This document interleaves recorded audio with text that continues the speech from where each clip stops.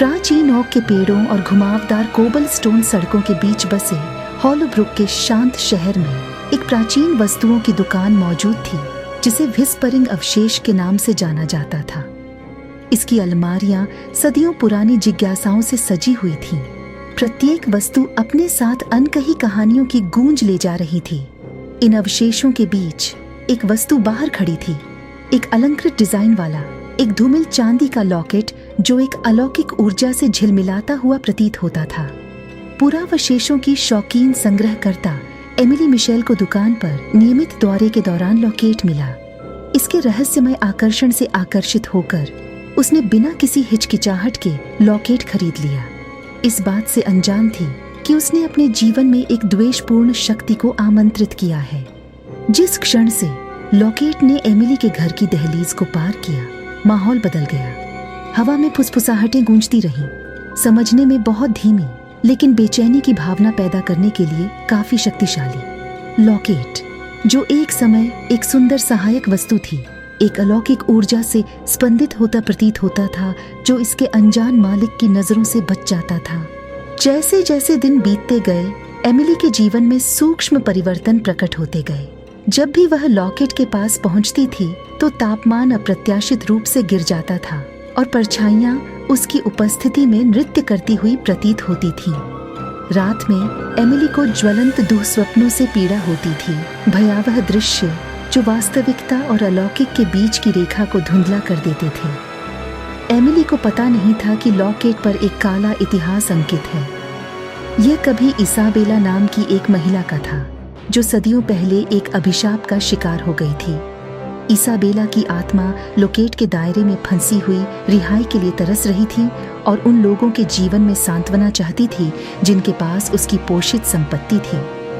Emily का एक शांत घर अलौकिक चीजों का स्वर्ग बन गया। वस्तुएं अपने आप चलने लगीं और फुसफुसाहट वेदना भरी चीखों में बदल गई जो हॉल में गूंजने लगी। लॉकेट जो अब इसाबेला की बेचैन आत्मा के लिए एक माध्यम है, ने एमिली को एक वर्णक्रमीय आलिंगन में रखा, अलौकिक के एक अपरिहार्य नृत्य में उनके भाग्य को उलझा दिया। बढ़ती अराजकता को समझने के लिए बेताब एमिली ने असाधारण जांचकर्ताओं की मदद मांगी। वर्णक्रम पहचान उपकरणों और प्राचीन अनुष्ठानों से लैस विशेषज्ञों ने हॉलोब्रुक को जकड़ने वाले रहस्य की गहराई से जांच की। जैसे ही वे लॉकेट के पास पहुंचे, उनके उपकरण गलत ढंग से टिमटिमाने लगे, जिससे एक दुष्ट शक्ति की उपस्थिति की पुष्टि हुई। इसाबेला की आत्मा से संवाद करने के प्रयास में जांचकर्ताओं ने एक सत्र का आयोजन किया। कमरा अंधेरे में डूब गया और हवा में स्पष्ट तनाव फैल गया। इसाबेला की पीड़ा भरी चीखें पूरे सत्र में गूंजती रहीं, जिससे विश्वासघात, बदले की भावना और एक अटूट अभिशाप की कहानी सामने आई। सहानुभूति से प्रेरित होकर एमिली ने इसाबेला को लॉकेट की वर्णक्रमीय जेल से मुक्त करने की कसम खाई। प्राचीन संस्कारों द्वारा निर्देशित जांचकर्ताओं ने इसाबेला को शापित वस्तु से बांधने वाले संबंधों को तोड़ने का प्रयास किया। हालांकि द्वेषपूर्ण शक्ति ने विरोध किया, अलौकिक ऊर्जा की एक धार छोड़ी जिसने उन सभी को भस्म करने की धमकी दी। जैसे ही सत्र अपने चरम पर पहुंचा, एमिली को इसाबेला की आत्मा के साथ एक अलौकिक संबंध महसूस हुआ। गहन समझ के एक क्षण में उसने सांत्वना और क्षमा के शब्द फुसफुसाए। लॉकेट एमिली के इरादों की ईमानदारी का जवाब देते हुए अंततः स्थिर होने से पहले एक तीव्र चमक के साथ चमक गया। इसाबेला की आत्मा लॉकेट की कैद से मुक्त होकर अज्ञात में विलीन हो गई। भयावह फुसफुसाहट बंद हो गई और दमनकारी माहौल खत्म हो गया, जिससे हॉलोब्रुक एक भयानक शांति की स्थिति में आ गया।